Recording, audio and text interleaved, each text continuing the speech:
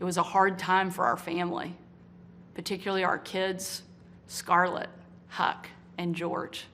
But we kept our faith and persevered. Thanks to exceptional doctors here in Arkansas, a successful surgery, and the grace of God, I am cancer-free. Through it all, I couldn't help but think about my mom. She was 20 years old and in her first year of marriage when she was diagnosed with spinal cancer. The doctors told her she might not live, and if she did live, they said she'd never walk again. And if she did walk, she'd definitely never have children. The daughter she was told she'd never have was just sworn in as the new governor of Arkansas and is speaking to you tonight. Adversity and fear of the unknown can paralyze us, but faith propels us to charge boldly ahead. We can't stand still in the face of great challenges. You and I were put on this earth for such a time as this, to charge boldly ahead. I'll be the first to admit, President Biden and I don't have a lot in common. I'm for freedom, he's for government control. At 40, I'm the youngest governor in the country, and at 80, he's the oldest president in American history. I'm the first woman to lead my state, and he's the first man to surrender his presidency to a woke mob that can't even tell you what a woman is. In the radical left's America, Washington taxes you and lights your hard-earned money on fire. But you get crushed with high gas prices, empty grocery shelves, and our children are taught to hate one another on account of their race, but not to love one another or our great country. Whether Joe Biden believes this madness or is simply too weak to resist it, his administration has been completely hijacked by the radical left. The dividing line in America is no longer between right or left. The choice is between normal or crazy. It's time for a new generation of Republican leadership. Upon taking office just a few weeks ago, I signed executive orders to ban CRT, racism, and indoctrination in our schools, eliminate the use of derogatory term Latinx in our government, repealed COVID orders, and said never again to authoritarian mandates and shutdowns.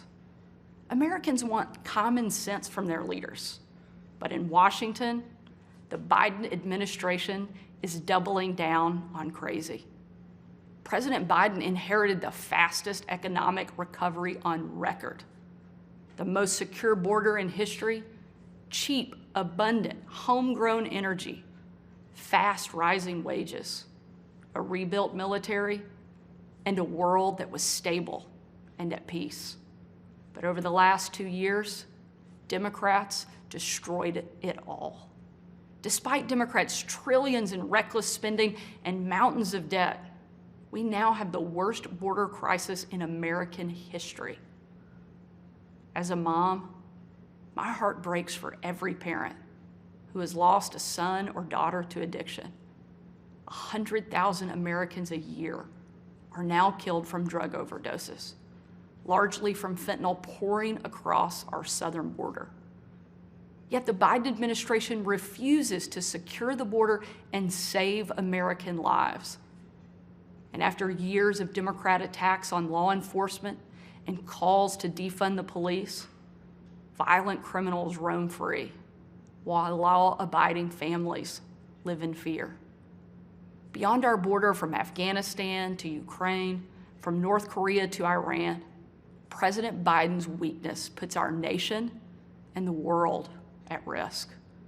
And the president's refusal to stand up to China, our most formidable adversary, is dangerous and unacceptable. President Biden is unwilling to defend our border, defend our skies, and defend our people. He is simply unfit to serve as commander-in-chief. And while you reap the consequences of their failures, the Biden administration seems more interested in woke fantasies than the hard reality Americans face every day. Most Americans simply want to live their lives in freedom and peace. But we are under attack in a left-wing culture war we didn't start and never wanted to fight. Every day we are told we must partake in their rituals, salute their flags, and worship their false idols, all while big government colludes with big tech to strip away the most American thing there is, your freedom of speech. That's not normal. It's crazy, and it's wrong. Make no mistake, Republicans will not surrender this fight. We will lead with courage and do what's right, not what's politically correct or convenient. Republicans believe in an America where strong families thrive in safe communities, where jobs are abundant and paychecks are rising, where the freedom our veterans shed their blood to defend is the birthright of every man, woman, and child. These are the principles Republican governors are fighting for, and in Washington, under the leadership of Senate Republicans and Speaker Kevin McCarthy, we will hold the Biden administration accountable. Down the street from where I sit is my alma mater, Little Rock Central High. As a student there, I will never forget watching my dad, Governor Mike Huckabee, and President Bill Clinton hold the doors open to the Little Rock Nine. Doors that 40 years earlier had been closed to them because they were Black. Today, those children once barred from the schoolhouse are now heroes memorialized in bronze at our State House. I'm proud of the progress our country has made, and I believe giving every child access to a quality education, regardless of their race or income, is the civil rights issue of our day. Tomorrow, I will unveil an education package that will be the most far-reaching, bold, conservative education reform in the country. My plan empowers parents with real choices, improves literacy and career readiness, and helps put a good teacher in every classroom by increasing their starting salary from one of the lowest to one of the highest in the nation. Here in Arkansas and across America, Republicans are working to end the policy of trapping kids in failing schools and sentencing them to a lifetime of poverty. We will educate, not indoctrinate our kids, and put students on a path to success. It's time for a new generation to lead. This is our moment. This is our opportunity. A new generation born in the waning decades of the last century, shaped by economic booms and stock market busts, forged by the triumph of the Cold War and the tragedy of 9/11. A generation brimming with passion and new ideas to solve age-old problems. A generation moored to our deepest values and oldest traditions, yet unafraid to challenge the present order and find a better way forward. If we seize this moment together, America can once again be the land of the free and the home of the brave. During my 2.5 years at the White House, I traveled on every foreign trip with the president. A trip I will never forget was on December 25th of 2018. My husband Brian and I had just cleaned up wrapping paper that was shoved into every corner of our house, thanks to our 3 kids. When I had to walk out on my own family's Christmas, unable to tell them where I was going that night, because the place I'd be traveling was so dangerous, they didn't want anybody to know that the president was going to be on the ground, even for a few hours. We boarded Air Force One in complete and total darkness. There were no lights on the plane, no lights on the runway. Our phones and computers shut down and turned in. We were going completely off the grid. Nearly 12 hours later, in the pitch black of night, we landed in the war-torn part of Western Iraq. it was again a similar scene. No lights on the plane, no lights on the runway.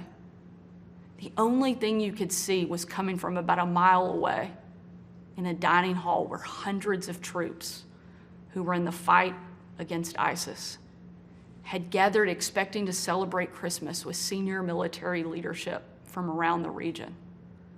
They had absolutely no idea that the president and first lady were about to walk into that room. And when they did, it was a sight and a scene and a sound I hope I never forget. The room erupted.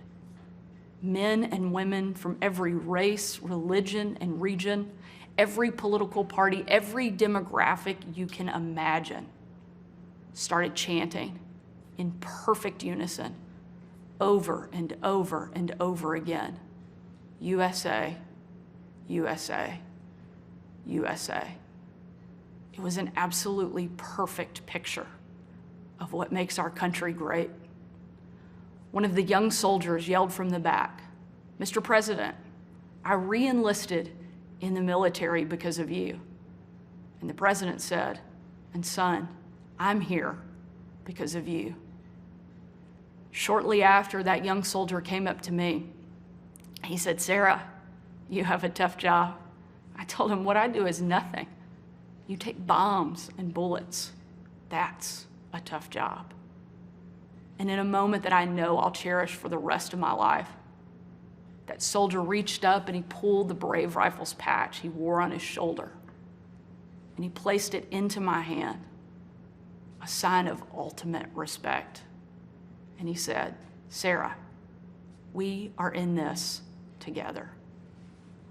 Overwhelmed with emotion and speechless, I just hugged him with tears in my eyes and a grateful heart for our heroes who keep us free.